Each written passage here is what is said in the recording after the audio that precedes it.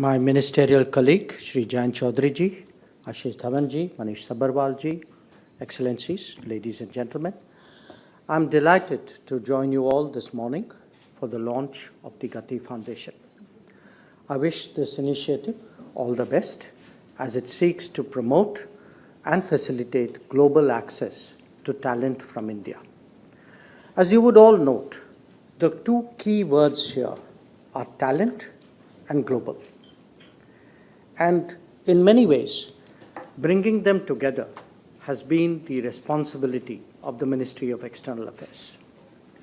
For reasons that I will dwell upon, it will be even more so in the times to come. Let us start with talent. At our current stage of development, there are two realities that stand out. One, that in the past, we have not developed and therefore not leveraged our human resources to the extent we could and should have. And the other, that it is not feasible for India to develop rapidly by emulating the pathway of other successful Asian economies that preceded it in the last few decades. The drivers of our growth are different, as is indeed the landscape, and I would argue the strategy. It is this awareness that has contributed, amongst others, to the government's approach towards a Viksit Bharat. Now, all of us are familiar with a wide range of initiatives and programs that have targeted the socio-economic welfare domain in the last decade. They start with child and maternal health, immunization, school admission and retention, access to electricity, piped water and roads, and move on to nutrition, to housing, to health coverage, and to support for entrepreneurships at different scales. These are supplemented by making it easier to do business, by improving the ease of living, by building a modern, accessible, and affordable infrastructure, expanding skills and education capacity, and promoting make, design, innovate, and research in India. I sum it up in this manner because typically we are used to looking at each of these aspects in their particular silos. But if you consider the cumulative impact of all these developments, it is clear that we have now entered a cycle of sustainable talent creation on a major scale in this country. The issue then arises as to how that talent is nurtured, how it is expanded, deployed, and upgraded. Much of that, obviously, has to happen at home. And this has its own debates and discussions, including how best we accelerate manufacturing, whether technology can be generated without deepening our industrial culture, the optimization of agriculture and food processing, the support for self-employment, startups and innovation, and not least, the vistas opened up by our digital and AI future. Now, in all of that, the world can and does play a role. Foreign investment, collaboration, and trade are some of the noteworthy dimensions. Outsourcing, understandably, also got its fair share of attention. More recently, there is, I would say, greater interest in the growth of global capability centers, GCCs, in India that take the quality of economic activity to a much higher level. However, while recognizing the value of all these endeavors, it is necessary that we also pay greater attention to opportunities beyond our borders. And the reason for that is the emergence of the global workplace with a global workforce. These are phenomena spurred by sharp demographic changes, demands of new technologies and their diffusion, compatibilities in culture and work ethos, as well as the premium put on trust and resilience in many fields.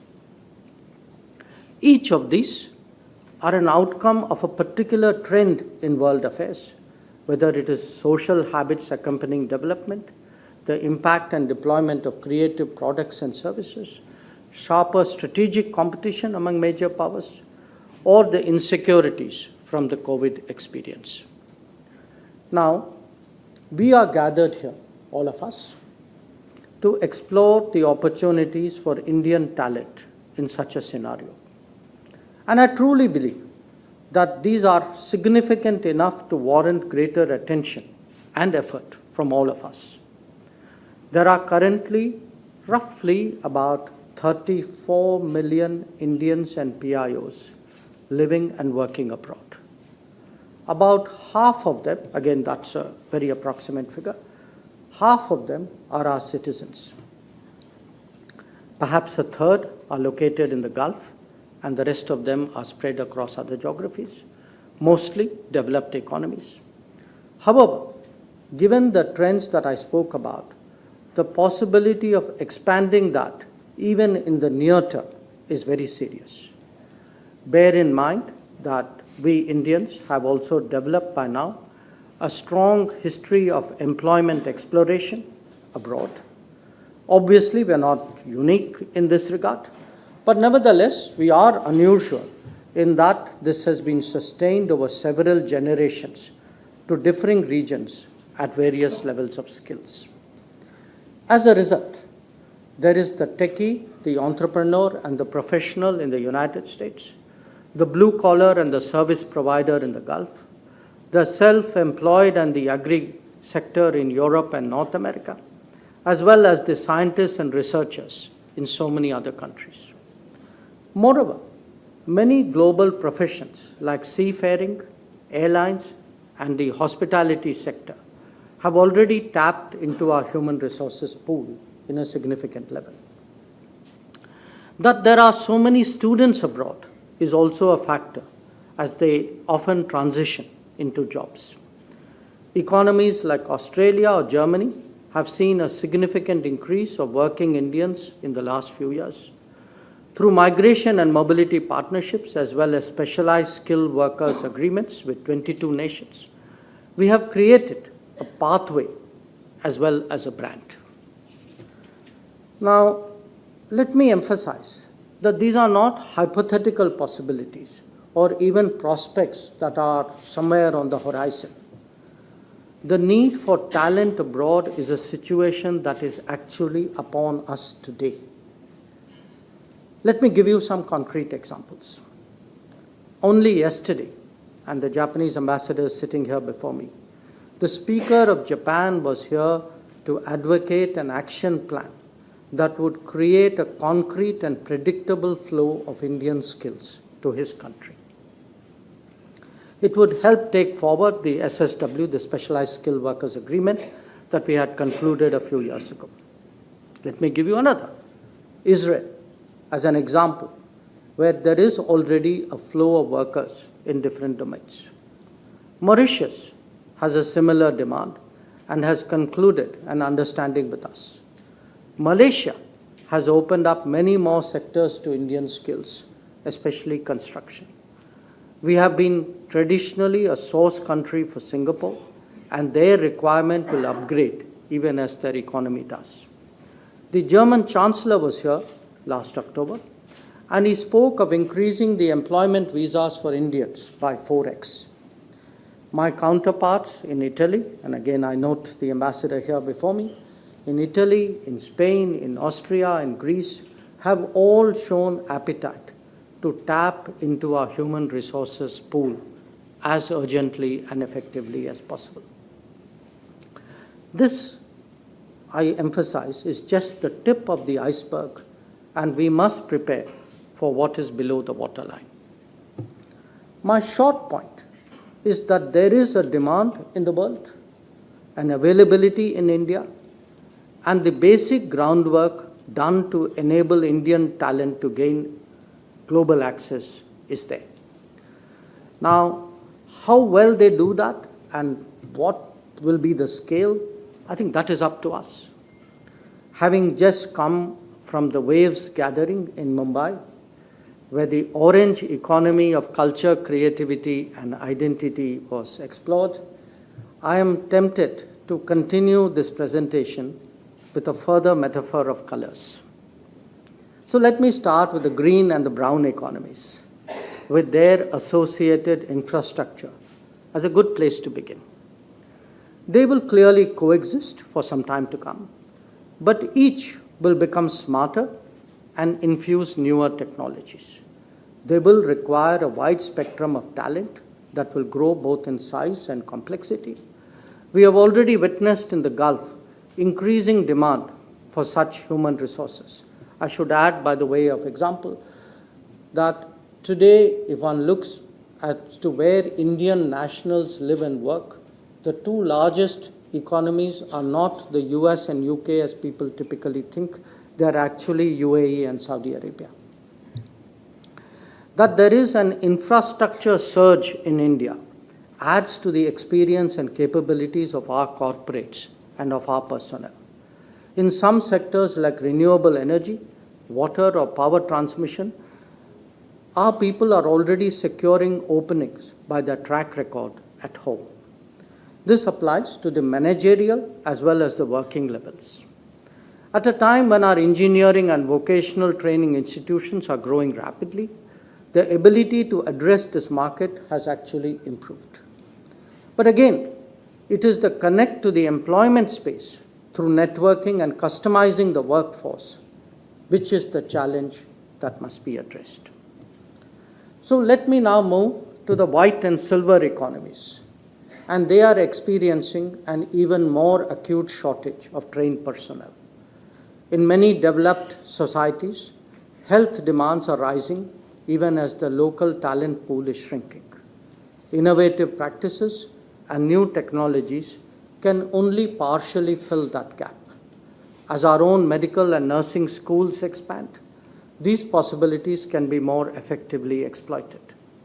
Particularly in these sectors, there is a strong cultural and linguistic element for which we need to cater. There are then an assorted mix from the orange and the gold to the blue and the green that will clearly benefit from greater digitization. So too will other domains in an era of all-encompassing change. Such times will require not only new mindsets and frameworks, but also the accompanying mobility and interactions. We have already seen the semiconductor and emerging technology projects all over the world slow down because of inadequate availability of talent.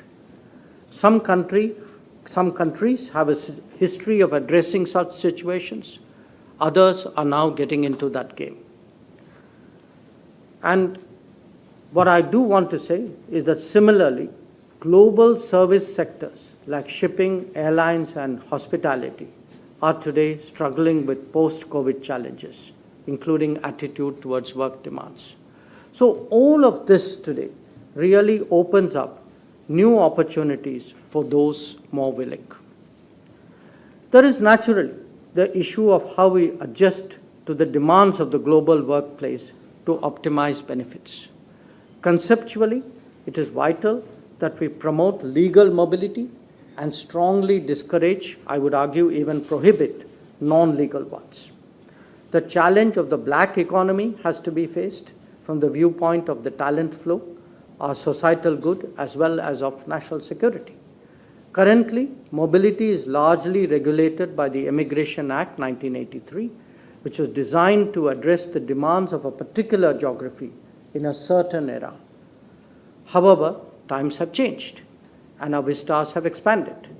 We need to be more promotional and aware of new possibilities, even while taking care of the vulnerable. This issue is currently being examined by the government. It is natural that as more Indians travel abroad, that the expectations they have of their government are carried with them. The last decade has brought up numerous situations where evacuation operations had to be undertaken. But even as a routine exercise, our citizens legitimately expect, to be backed up in difficult situations. It may be a quick replacement of a lost passport, or the predicament of those who are not paid their wages or mistreated by their foreign employers. It can be cultural situations where the rights of Indians are not adequately respected. These baskets of issues have gained salience in our diplomatic endeavors, from establishing an effective grievance portal to creating a responsive fund for the needs of the vulnerable. We have sought to institutionalize and to routinize taking care of Indians abroad. It is only then that they will have the confidence to fully explore the global workplace. Friends, our government today has initiated a range of skills training, vocational education, and professional preparation efforts for the Indian workforce to be more productive in the contemporary era. However, the magnitude of opportunities before us are so large that it takes a whole of the nation approach to be fully realized. This is an effort in which the contribution of every stakeholder is valuable and welcomed. As we contemplate our engagement with the world, as India moves up to become the third largest economy, much of this will be people-centric.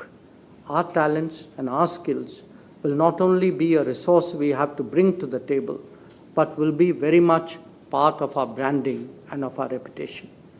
A more interdependent and technology-driven world, with all its challenges and needs, will only put a greater premium on it.